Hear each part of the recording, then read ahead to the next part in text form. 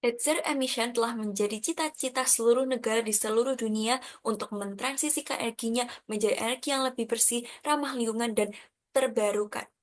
Salah satu dari energi ramah lingkungan yang terbarukan yaitu hidrogen, di mana hidrogen ini apabila digunakan, hasil yang dari reaksi yang dihasilkan yaitu hanyalah air, sehingga sangat ramah lingkungan dan memiliki bahan-bahan yang mudah digunakan untuk produksi hidrogen. Oleh karena itu, produksi hidrogen sangatlah berpotensi di Indonesia dan memiliki dua reaksi utama yang bisa digunakan, yaitu reaksi secara biologi, yaitu menggunakan bakteri, dan juga reaksi secara kimia, menggunakan elemen-elemen yang ada di sekitar kita untuk bereaksi menghasilkan hidrogen. Namun, berdasarkan efisiensinya, reaksi kimia lebih dipilih karena lebih efisien dan menghasilkan lebih banyak produk dan nilai ekonomisnya lebih rendah dari proses biologi. Oleh karena itu, sebagai anak bangsa, untuk mewujudkan net zero emission di Indonesia untuk berkontribusi, kami melakukan riset dan ingin melaporkan hasil riset kami yang berjudul pemanfaatan limbah tempurung kelapa sebagai alat katalis pada produksi hidrogen dengan reaksi korosi aluminium dengan penulis saya, perwakilan presenter, dan rekan saya, Lian Mulyanur Raihan, dan pembimbing saya, Ibu Tun Sriana. Selanjutnya, yang akan dibahas pada hari ini yaitu pendahuluan, metode, hasil pembahasan, dan yang ditutup oleh kesimpulan. Apa saja bahan yang digunakan untuk produksi hidrogen dengan reaksi korosi aluminium dan air? Yang pertama yaitu dapat aluminium yang dihasilkan 260.000 ton di Indonesia pada tahun 2023 dan apabila tidak dimanfaatkan dengan baik hanya menjadi limbah dan terkorosi. Selain itu, terdapat tempurung kelapa yang diproduksi di Indonesia sebesar 2,9 juta pada tahun 2023 dan baru dimanfaatkan sebagai kerajinan. Oleh karena itu, untuk meningkatkan nilai keekonomiannya, tempurung kelapa ini dapat dimanfaatkan menjadi arang untuk menjadi katalis pada produksi hidrogen ini. Lalu bagaimana proses produksi dari reaksi korosi aluminium ini? Reaksi korosi pada umumnya yaitu terhadap metal, air, dan juga udara yang nantinya akan terkorosi dan menghasilkan gas hidrogen dan juga aluminium hidroksida pada reaksi korosi aluminium dan air ini.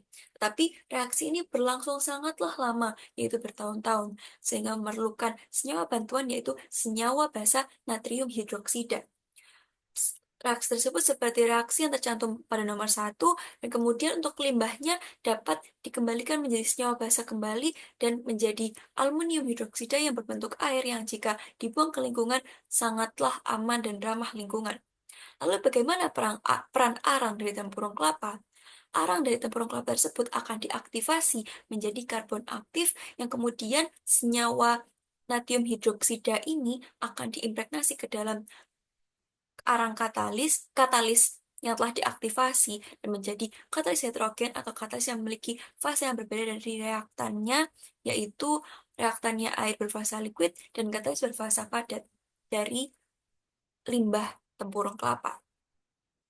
Selanjutnya, tujuan dari studi ini yaitu untuk mengetahui efisiensi katalis karbon dari proses produksi hidrogen dan juga mengidentifikasi karakteristik katalis yang telah berhasil disintesis. Metode yang digunakan yaitu mempreparasi tempurung kelapa untuk menjadi karbon yang selanjutnya akan diaktifasi menggunakan asam sulfat bervariasi 1, 2, 3 molar dan kemudian akan diimpregnasi atau dikatalisasi menggunakan natrium hidroksida atau senyawa basa dan dibantu oleh aliran listrik. Selanjutnya, apabila telah menjadi arang katalis, dilakukan uji karakterisasi morfologi, stabilitasi, dan juga uji aplikasi. Di mana dengan hasil, yaitu untuk uji karakterisasi morfologi, berdasarkan hasil uji SEM, didapatkan ion Na yang paling besar yaitu sebagai katalis pada 2 molar asam sulfat larutan aktivasi, yaitu sebesar 12,67% berat.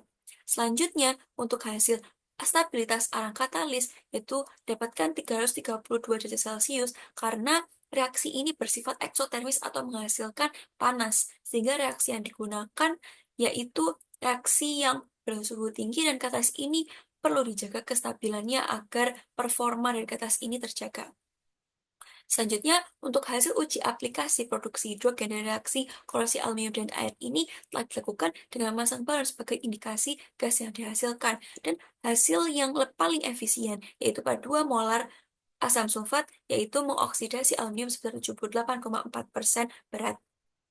Oleh karena itu, dapat diambil kesimpulan bahwa telah berhasil dilakukan sintesis arang katalis dari tempurung kelapa untuk proses produksi hidrogen dari reaksi aluminium dan air terkorosi. Kemudian, ukuran pori yang paling efektif yaitu dengan 2 mol asam sulfat atau aktivasi sebesar 10,5 mikrometer dan dapat mengoksidasi 78,4% aluminium berskala 1 gram aluminium dan 100 mili air. Terima kasih untuk hasil yang telah kami paparkan. Semoga bermanfaat. Salam bangsa Indonesia.